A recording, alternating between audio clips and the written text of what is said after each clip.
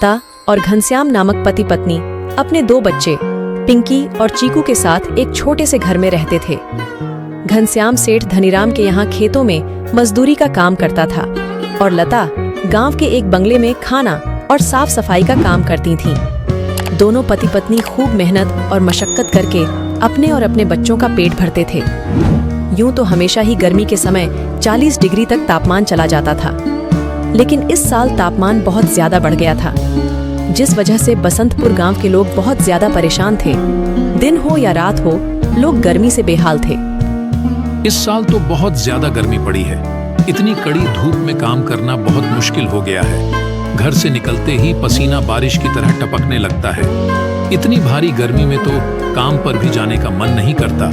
न जाने इस साल की गर्मी कैसे कटेगी। चलो अच्छा, मैं काम पर जाता हूँ, वरना सेठ गुस्सा करेंगे।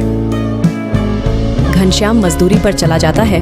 पिंकी और चिंकी एक सरकारी स्कूल में पढ़ते थे। लता पिंकी और चिंकी को स्कूल छोड़कर काम पर चली जाती है। उस बंगले में मालकिन हेमलता और मालिक रामचंद्र अपने 2 बच्चे टीना और शिवम के साथ रहते थे। अरे लता, आ गई तू। अब चल जल्दी से सारे काम निपटा लो। पता है ना, शिवम की बर्थडे पार्टी है, तो सारे काम 4 बजे से पहले ही हो जाने चाहिए। और हाँ, इसके बाद तुम घर सजाने में भी मेरी मदद करोगी, ठीक है? ठीक है मालकिन, मैं पहले जाकर घर के सारे काम निपटा लेती हूँ। इसके बाद घर को सजाने में मैं आपकी मदद करूँगी। ऐसे लता घर के सारे काम करने के बाद हेमलता की घर को सजाने में मदद करती है। हेमलता और लता मिलकर पूरे घर को अच्छी तरह से सजा देते हैं।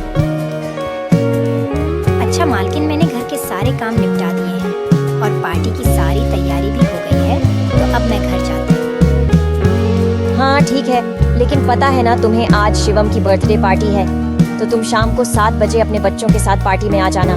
और हाँ, मुझे तुम्हारी थोड़ी मदद की भी जरूरत होगी। ठीक है मालकिन, मैं शाम के समय बच्चों के साथ यहाँ आ जाऊंगी। ऐसा कहकर लता घर चली जाती है और दोनों बच्चों को तैयार करके शाम को 7 बजे पार्टी में आ जाती है। पार्टी बहुत ही शानदार होती है। लता के बच्चे इतना बड़ा घर देखकर कहते हैं, अरे यार चिंकी, ये घर कितना बड़ा है और कितना सुंदर है। बाहर कितनी गर्मी है, फिर भी इनके घर के अंदर कितना ठंड लग रहा है। पिंकी और चिंकी की बातें शिवम सुन लेता है और वह उनसे कहता है, अरे ये घर ठंडा इसलिए लग रहा है क्योंकि हमारे घर में हर कमरे में एसी लगा हुआ है। ओह, मतलब कि एसी लगाने से घर बहुत ठंडा हो जाता है।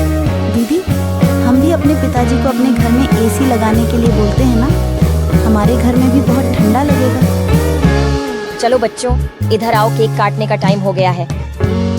जब केक काटने लगता है तो पिंकी और चिंकी एसी की ठंडी ठंडी हवा खाते खाते शिवम के कमरे की तरफ चले जाते हैं और शिवम के कमरे के बाहर खड़े होकर एसी की ठंडी ठंडी हवा का मजा लेने लगते हैं। एसी की ठंडी ठंडी हवा खाते खाते वह दोनों कमरे के अंदर चले जाते हैं। दीदी, यह कमरा तो सबसे ठंडा है, इसमें कितनी ठंडक है। और दीदी, यह देखो, यह बिस्तर कितना सुंदर है, बिल्कुल मखमल जैसा। दोनों बेड पर बैठ जाते हैं और ठंडी ठंडी हवा का आनंद लेने लगते हैं। देखते ही देखते 15 मिनट बीत जाते हैं और आराम करते करते कब दोनों की आंख लग जाती है, उन्हें पता ही नहीं चलता। इतने ही देर में अचानक से शिवम की बहन टीना कमरे में आ जाती है। वह पिंकी और चिंकी दोनों को शिवम की बेड पर लेटा देखकर जोर से भड़कती है। ये दोनों मेरे कमरे में क्या कर रहे हैं? माँ इधर आओ, देखो ये दोनों मेरे बेड पर क्या कर रहे हैं। टीना की आवाज सुनकर हेमलता कमरे में आती है। तुम दोनों अभी के अभी मेरे बेड से उठो। पिंकी और चिंकी हेमलता की आवाज सुनकर जग जाते हैं। लता भी हेमलता की आवाज सुनकर भागी भागी चली आती है। क्या हुआ मालकिन, आपकी बहुत जोर से नीचे आवाज आ रही थी। क्या हुआ? ये पूछ क्या नहीं हुआ? ये देख नहीं रही तू? तेरे बच्चों ने अपने गंदे मेले बदबूदार कपड़ों से मेरा पूरा बेड गंदा कर दिया। तेरे बच्चों ने एसी देखा नहीं कि सोने चले मेरे बेड पे। हद होती है यार। मैं तो तेरे बच्चों को इसलिए बुलाया था कि इनका भी थोड़ा मन लग जाएगा। इन्होंने कभी ऐसी पार्टी लाइफ में देखी नहीं होगी, ये भी देख लेंगे। पर ये तो अपनी औकात ही भूल गए। ये हमारा घर है, कोई धर्मशाला नहीं कि कोई भी भिखारी हमारे कमरे में आ जाएगा और आकर के सो जाएगा। तू अभी के अभी अपने बच्चों को लेकर निकल यहाँ से। और हाँ, कल से काम पर भी आने की जरूरत नहीं है।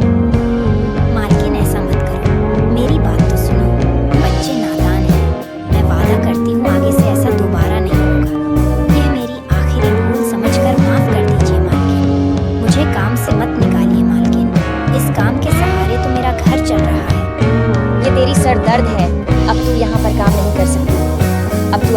को ले और यहाँ से निकाल। हेमलता लता और उसके बच्चों को घर से बाहर निकाल देती है और आगे से काम पर आने को भी मना कर देती है। अब लता के पास कोई काम नहीं था। घर का सारा भार अब घनश्याम के कंधों पर आ गया था। हे भगवान, आज तो खाना बनाने के लिए आटा भी नहीं है। अब मैं आटा कहाँ से लाऊं? मेरे पास तो अब और पैसे भी नहीं है। और जो तनख्वाह घनश्याम जी को मिली थी वह सब घर खर्चे में खत्म हो गए। मेरा क्या है, मैं तो पानी पीकर भी सो जाऊंगी, पर बच्चों को क्या? भूखे पेट इन्हें नींद कैसे आएगी? आ गए आप, घर में राशन खत्म हो गया है। आज खाने में कुछ नहीं बना है। कोई बात नहीं, खाना आज मैं अपने साथ लेकर आया हूँ। सेठ जी के यहाँ पर आज दावत थी तो उन्होंने कुछ खाना बच्चों के लिए भी भिजवा दिया है। ऐसे उस रात तो वह सभी खाना खाकर सो जाते हैं। अगली सुबह लता फिर से अपनी मालकिन हेमलता के घर जाती है और उससे थोड़े पैसे उधार मांगती है। मालकिन, मेरे घर में खाने के लिए एक अनाज का दाना भी नहीं है। कृपया आप मुझे थोड़े से पैसे उधार दे दीजिए। तुझे देने के लिए मेरे पास कोई पैसे वैसे नहीं है। मैंने तुझे पहले ही काम से निकाल दिया था, फिर तेरी यहाँ आने की हिम्मत कैसे हुई? जा निकल यहाँ से और आइंदा यहाँ पर अपनी शक्ल मत दिखाइयो। हेमलता की कड़वी बातें सुनकर लता घर वापस जाने लगती है। तभी उसे रास्ते में एक पोस्टर दिखाई देता है। उस पोस्टर को देखकर लता वहीं रुक जाती है। पकोड़े बनाने वाले की जरूरत है। अधिक जानकारी के लिए इस दिए गए नंबर पर कॉल करें। पकोड़े बनाने तो मुझे आता है। अगर यहाँ मेरी नौकरी लग जाए तो घर का खर्च चलाने के लिए कुछ पैसे आ जाएंगे। ऐसा सोचकर लता उस पते पर पहुंच जाती है।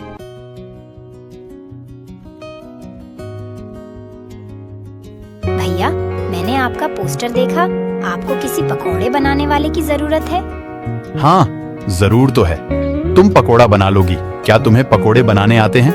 हाँ, सब मुझे कई तरह के पकोड़े बनाने आते हैं, जैसे मिर्च का पकोड़ा, पालक का पकोड़ा, पनीर का पकोड़ा और भी कई प्रकार के पकोड़े मुझे बनाने आते हैं। तो ठीक है, तुम आज से ही काम पर लग सकती हो।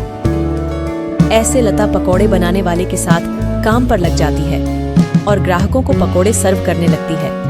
ऐसे ही शाम हो जाती है और रमेश के सारे पकोड़े बिक जाते हैं। चलो, आज तो सारे पकोड़े बिक गए। आज तो तुमने पकोड़े सिर्फ सर्वे किए हैं, लेकिन कल से तुम्हें पकोड़े बनाने भी होंगे। हाँ साहब, मैं बहुत ही स्वादिष्ट पकोड़े बनाना जानती हूँ। तो ठीक है, ये लो आज के काम के पैसे। 300 रुपए लेकर लता सबसे पहले राशन की दुकान पर जाती है और वहां से राशन का सामान खरीदकर घर आ जाती है। घर पहुंचकर लता सबसे पहले बच्चों के लिए खाना बनाती है और उनको परोसती है। चिंकी, पिंकी, आ जाओ, खाना खा लो। इतने में घनश्याम भी वहां आ जाता है और लता घनश्याम को अपने नए काम के बारे में बताती है। इस तरह सारे मिलकर खुशी खुशी खाना खाते हैं। अगली सुबह लता बच्चों को स्कूल छोड़कर वापस काम पर चली जाती है। दुकान पर पहुंचकर लता पकोड़े बनाती है। लता के बने हुए पकोड़े ग्राहकों को बहुत पसंद आते हैं।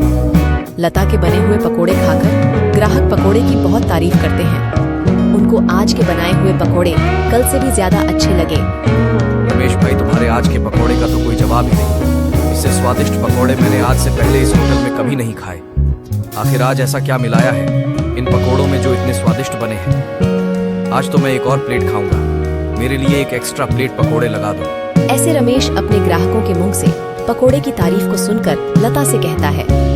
लता, तुम्हारे हाथ में तो जादू है। तुम्हारे हाथों के बने पकोड़े खाकर ग्राहक एक एक एक्स्ट्रा प्लेट पकोड़े खा रहे हैं। तुमने तो कमाल ही कर दिया। आखिर ऐसा क्या मिलाया है इन पकोड़े में जो ग्राहक इतनी तारीफ कर रहे हैं? साहब जी, कुछ खास नहीं मिलाया है, बस थोड़े से नमक मिर्च मसाले बराबर मात्रा में डाले हैं, बस। ऐसे रमेश के आज के पकोड़े बहुत जल्द ही खत्म हो जाते हैं। आज तो पकोड़े बहुत जल्द ही खत्म हो गए। कल से हमें और ज्यादा से ज्यादा पकोड़े बनाने होंगे। और हाँ, अब हमारी पकौड़ों की सेल और ज्यादा अच्छी होने लगी है, इसलिए कल मैं दुकान में एसी लगवा रहा हूँ। इससे ग्राहक भी एसी की ठंडी ठंडी हवा में पकोड़ों का मजा लेंगे और हमारे पकोड़े की सेल और ज्यादा बढ़ेगी। तुम क्या कहती हो? साहब, विचार तो बहुत अच्छा है। अगले दिन रमेश अपनी दुकान में एसी लगवा लेता है और जैसा उसने सोचा था वैसा ही हुआ। एसी लगने के बाद रमेश के दुकान पर ग्राहकों की संख्या बढ़ जाती है ग्राहक ठंडी ठंडी हवा में बैठकर पकोड़े खाने का आनंद उठाते हैं। ऐसे रमेश के आज भी सारे पकोड़े बहुत जल्द ही बिक जाते हैं। शाम के समय जब लता घर वापस आती है और वह चिंकी और पिंकी को आपस में बातें करते हुए सुनती है। दीदी, उस दिन पार्टी में कितना मजा आ रहा था ना। कहाँ हम उस दिन एसी की ठंडी ठंडी हवा खा रहे थे और कहाँ आज हम इतनी गर्मी में बैठे हैं। काश हमारे घर में भी एसी होती तो हम भी अभी एसी की ठंडी ठंडी हवा खा रहे होते। इतने में लता अंदर आ जाती हैं। अरे चिंकी और पिंकी, तुम दोनों क्या कर रहे हो? तुम दोनों ने अपने स्कूल का होमवर्क किया?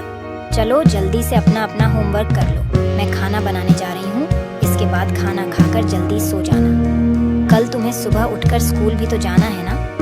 ठीक है माँ, हम स्कूल का काम करके आते हैं। ऐसे दिन बीतते जाते हैं और लता के हालात पहले से ठीक होते जाते हैं। ऐसे ही एक दिन सुबह लता काम पर जा रही होती है, तभी उसे भंगार की एक दुकान दिखती है। उसे दुकान पर कई सारे सामान थे, जैसे कूलर, पंखा, फ्रिज, एसी इत्यादि। लता का ध्यान उस दुकान में रखे पुराने एसी की तरफ जाता है। वह उसे बहुत पसंद आता है।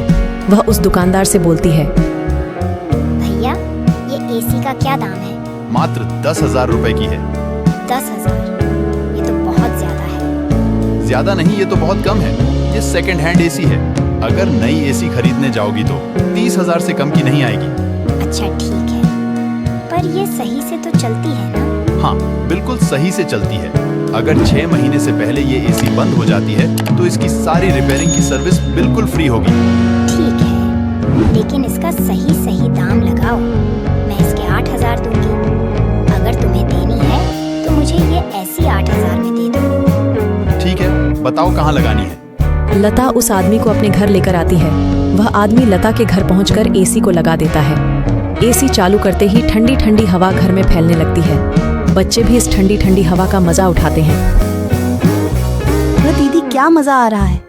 एसी की ठंडी ठंडी हवा, ऐसा लग रहा है जैसे बर्फ की चादर ओढ़ ली है हमने। इतनी कड़ी गर्मी में ये ठंडी ठंडी हवा बर्फ की चादर जैसी लग रही है। घर में एसी के लगते ही बच्चे बहुत खुश हो जाते हैं। घनश्याम भी घर पर आ जाता है। ओह, आखिर तुमने बच्चों की इच्छा पूरी कर ही दी।